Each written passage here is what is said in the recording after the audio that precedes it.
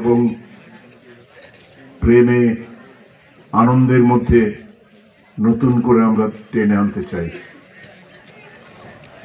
কারণ যুগ যুগ ধরে তিনি যে বার্তা দিয়ে গেছেন আজকের বিশ্ব শান্তির পক্ষে,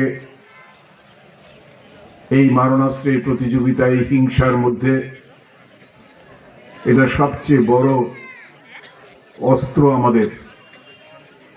তার যে বাণী, পাপকে ঘৃণা করো, পাপীকে নয়, hate the sin not the সিনার।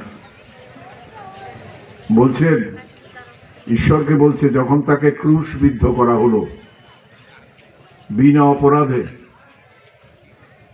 এই প্রবল যন্ত্রণার মধ্য দিয়েও যারা তাকে এইভাবে তিল তিল করে খুন করছিলেন, যার রক্ত ঝরে পৃথিবীর মাটিতে ফোঁটা ফোঁটা পড়ে পৃথিবীকে সঞ্চারিত করছিল, তখন তিনি বলছেন, প্রভু এরা ক্ষমা করে দাও, এরা জানে না এরা কি করছে।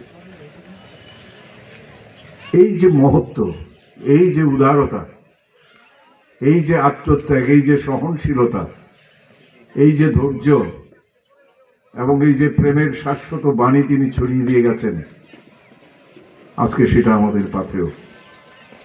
এবং এই ভারত তার নিজস্ব কৃষ্টি সংস্কৃতি